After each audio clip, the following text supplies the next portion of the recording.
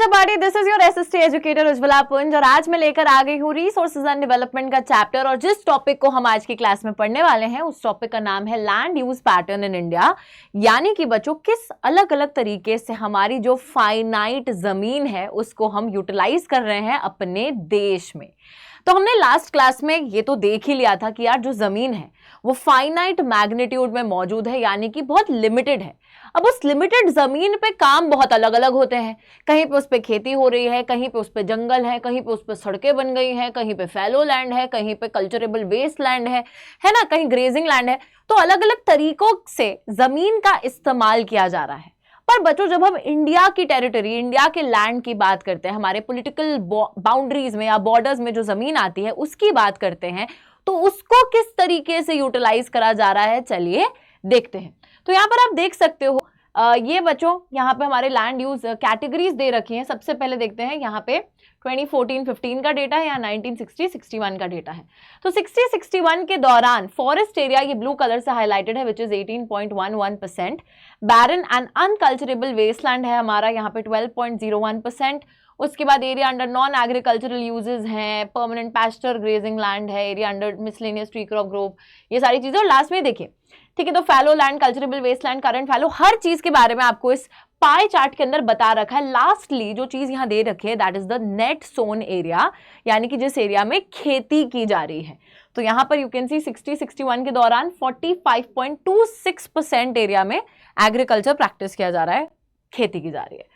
वहीं पर अगर हम देखें 2014-15 में, तो नेट सोन एरिया कुछ ऐसा नहीं है कि बहुत ज्यादा इंक्रीज हो गया है, उतना ही है अप्रोक्सीमेटली।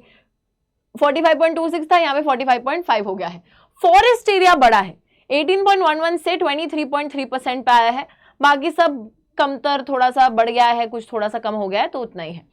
ठीक है, अब ये तो आपने दोनों इन पाई चार्ट्स के थ्रू देख लिया। अब जरा बात करते हैं हमारी कंट्री का जो फॉरेस्ट कवर है, भी आपने देखा 23 पॉइंट समथिंग था ना, 23.81%। It should ideally be 33% of the total land area. जितनी जमीन है उसका 33% एरिया फॉरेस्ट एरिया होना चाहिए। क्यों होना चाहिए मैम 33%? ये कोई एग्जाम में पास होने के लिए नंबर थोड़ी ना चाहिए यार। 33% फॉरेस्ट एरिया इसलिए होना चाहिए ताकि हमारा जो इकोलॉजिकल बैलेंस है, एनवायरमेंट का जो बैलेंस है वो बिगड़े ना। उस बैलेंस को मेंटेन करने के लिए मिनिमम ये बोला जाता है कि 33% एरिया तो फॉरेस्ट एरिया होना ही चाहिए। बट हमारे देश में हम क्या देख रहे हैं कि उस 33% से तो बहुत ज्यादा कम फॉरेस्ट एरिया हमारे पास मौजूद है which is 23.81 of the total land surface area. उसी के साथ अगर बात करें टोटल नेट सोन एरिया की, तो वो अभी फिलहाल 46.24% है total land in the country. Net sown area भी स्टेट टू स्टेट डिफर करता है, किसी स्टेट में ज्यादा खेती हो रही है, किसी में कम हो रही है। जैसे यहाँ पे देखिए पंजाब और हरियाणा में net sown area is more than 80%। Oh sorry, alright, तो इट इज मोर देन 80%। 80% से भी ज्यादा जो लैंड एरिया यहाँ पर खेती में इस्तेमाल करा जाता है। क्योंकि यार आप सभी को पता है कि पंजाब और हरियाणा ऐसे राज्य हैं, ऐसे स्टेट्स हैं जो कि एग्रीकल्चरली प्रॉस्पेरस स्टेट्स हैं, राइट। तो इस वजह से 80% से भी ज्यादा नेट सोन एरिया।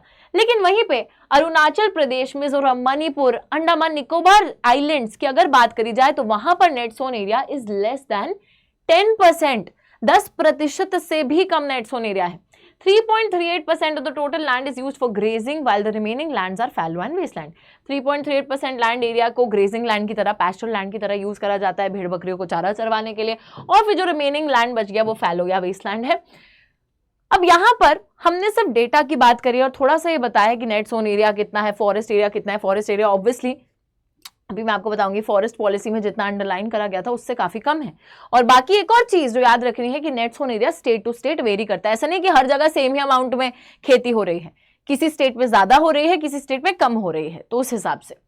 साथ ही में यहां पर जरा आगे चलते हैं हम लोग, आगे भी हमें यही बात पता चलेगी। The land under forest has not increased much because of the expansion of agricultural lands, construction of large dams, building of highways, construction of buildings in areas adjacent to forest lands, forest lands. अब यहां पे बच्चों वही बात हो रही है कि ऑल्दो फॉरेस्ट एरिया डेफिनेटली पहले के मुकाबले थोड़ा सा बड़ा है, बट उतना ज्यादा भी नहीं बड़ा। क्यों नहीं बड़ा उतना ज्यादा? क्योंकि आपने क्या करा, आपने एग्रीकल्चर के लिए जमीनें जो हैं रख ली, वहां पे आप खेती करते हो, उसी के साथ डैम्स बनाने लग गए, हाईवे बनाने लग गए, तो जमीन छोड़ी ही नहीं, तो फॉरेस्ट एरिया कैसे ही एक्सपैंड हो जाता। ठीक है, उसी के साथ forest area in the country is far lower than the, ये ना बात बहुत ज्यादा इंपॉर्टेंट है, डिजायर्ड फॉरेस्ट एरिया होना चाहिए 33%, which is outlined by the national forest policy of 1952।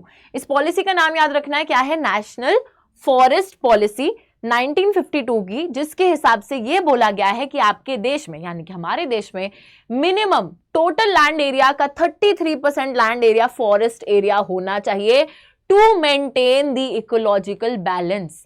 But हमारा फॉरेस्ट एरिया काफी कम है उससे, तो हमें और ज्यादा फॉरेस्ट एरिया चाहिए।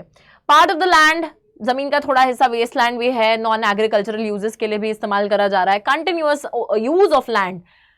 तो ये तो पूरा डेटा की बात हो गई। अब देखो यहाँ नीचे क्या लिखा है, continuous use of land over a long period of time without taking appropriate measures to conserve and manage it has resulted in land degradation। हमने इतने सारे यूजेस के लिए लैंड को यूज कर लिया, अपने यूजेस के लिए उसको एक्सप्लॉइट कर दिया, कितने लंबे समय तक हम उसे यूज करते रहे और हमने कोई मेजर नहीं लिया जिससे हम जमीन को मतलब ढंग से यूज करें या उसको प्रिजर्व करके चलें, कंजर्व करके चलें, अप्रोप्रिएट मेजर्स नहीं लिए, जिसकी वजह से बच्चों क्या नौबत आ गई है, लैंड डिग्रेडेशन। लैंड डिग्रेडेशन हो गया है, जमीन जो है वो खराब होने लग गई है। एक तो लिमिटेड जमीन, उससे हमें इतने यूजेस चाहिए, ऊपर से हमने जमीन का ही नाश कर दिया। क्यों नाश कर दिया? अब बात ये आती है कि लैंड डिग्रेडेशन किन किन हमारी हरकतों की वजह से हो गया है, और अगर डिग्रेडेशन हो गया है तो क्या हम उस डिग्रेडेशन से बचने के लिए या उस डिग्रेडेशन को रोकने के लिए कुछ कर रहे हैं? क्या हम लैंड कंजर्वेशन के लिए कुछ कर रहे हैं? तो ये सवाल जो है मैं आज की क्लास में छोड़ के जा रही हूं। इन्हीं सवालों का जवाब मैं हमारे अगले सेशन में आप लोगों को दूंगी, जहां पर हम लैंड डिग्रेडेशन को भी समझेंगे और लैंड कंजर्वेशन को भी समझेंगे। तो इसी के साथ आज का सेशन होता है समाप्त। I hope you all like the session. Thank you so much. I will see you next time. Bye bye.